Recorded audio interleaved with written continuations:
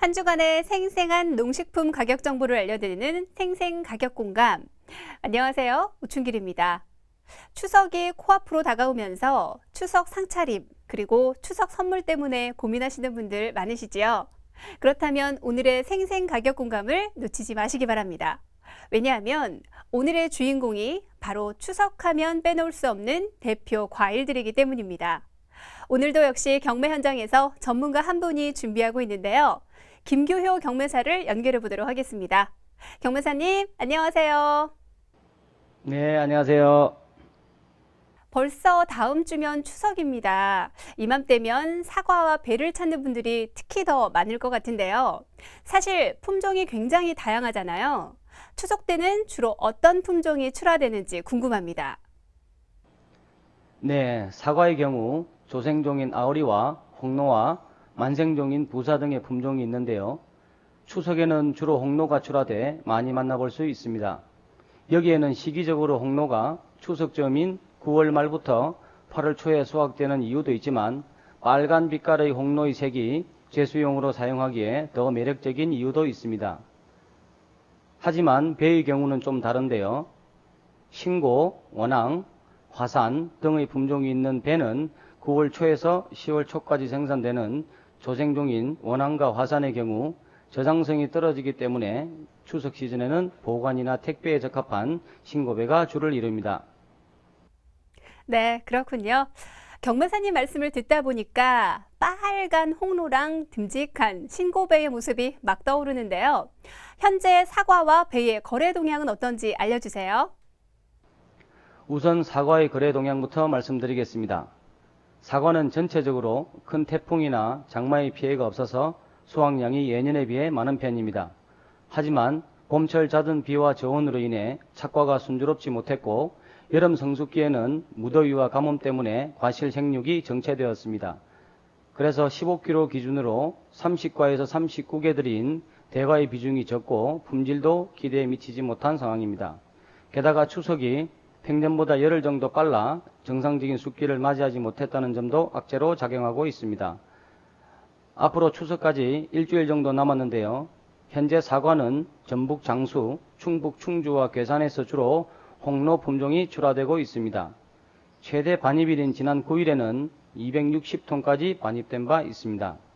시세는 5kg 13가 기준으로 평년보다 200% 정도 상승한 5만원대 중반까지 거래가 되었는데요.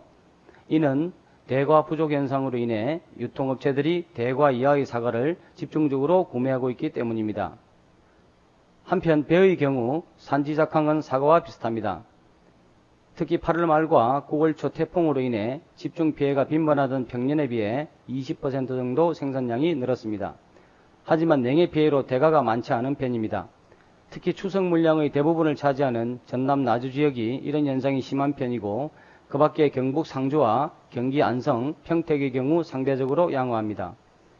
추석 물량의 최대 반입일인 지난 9일에는 전년보다 15% 정도 증가한 180톤의 배가 반입되었으며 시세는 7.5kg 특품 기준으로 45,000원 정도, 3군품 기준으로 33,000원 정도에 거래되었습니다. 한편 앞서 말씀드린 대가 부족 현상은 추석 이후 점차 안정세로 접어들 것으로 전망됩니다.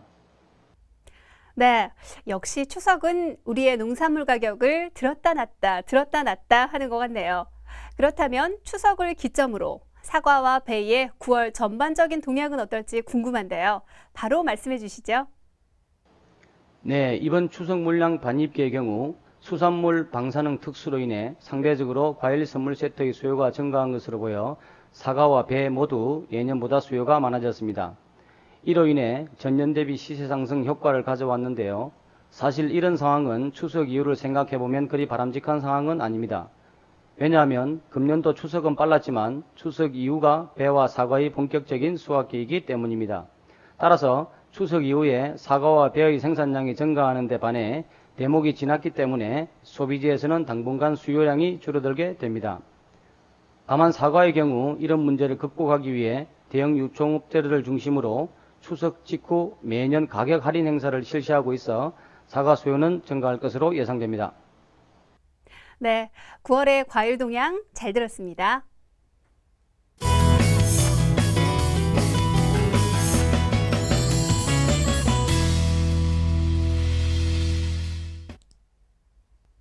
이번 순서는 사소하지만 유용한 농산물 유통 상식을 모아 알려드리는 유통 탐구 생활 시간입니다. 가끔 농산물을 구입하다 보면 어떤 때는 가격이 저렴하다가 또 어떤 때는 너무 비싸서 입이 떡 벌어질 때 있으시죠?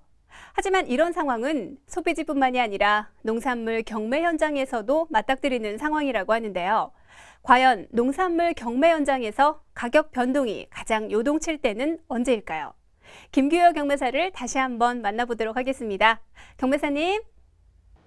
네, 경제학 개론에 나오는 시장 가격이 형성되는 가격 이론을 떠올려 보시면 좋을 것 같습니다.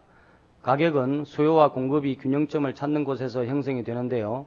일시적으로 수요가 크게 급등하거나 공급이 크게 부족한 경우에는 시세가 당연히 큰 폭으로 오르게 됩니다. 추석 명절의 경우 수요가 급등하긴 하지만 그나마 예측된 상황으로 공급량도 특정 변수가 없을 경우 어느 정도 수요의 수준으로 맞춰집니다. 다만 이번 추석처럼 대과의 비중이 적게 되면 예상보다 큰 폭으로 가격 상승이 이어집니다. 그리고 과일과 달리 채소의 경우 명절 특수보다는 일시적인 자연재해로 인해 생기는 공급량 부족으로 가격이 크게 오르는 경우가 더 많습니다. 몇 년 전 배추 파동을 떠올려 보시면 되는데요. 채소의 경우 탄력성이 낮아 가격이 오를 경우에도 필수 수요자를 중심으로 소비가 돼야 하기 때문에 이런 현상이 생깁니다. 네, 경매사님 도움 말씀 감사합니다.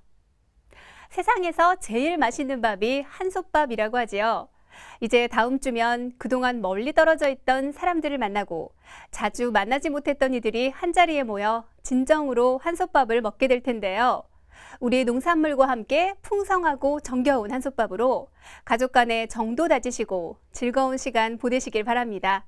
저희는 더욱 알찬 내용으로 다음 시간 다시 찾아오겠습니다. 공감해주신 여러분 고맙습니다.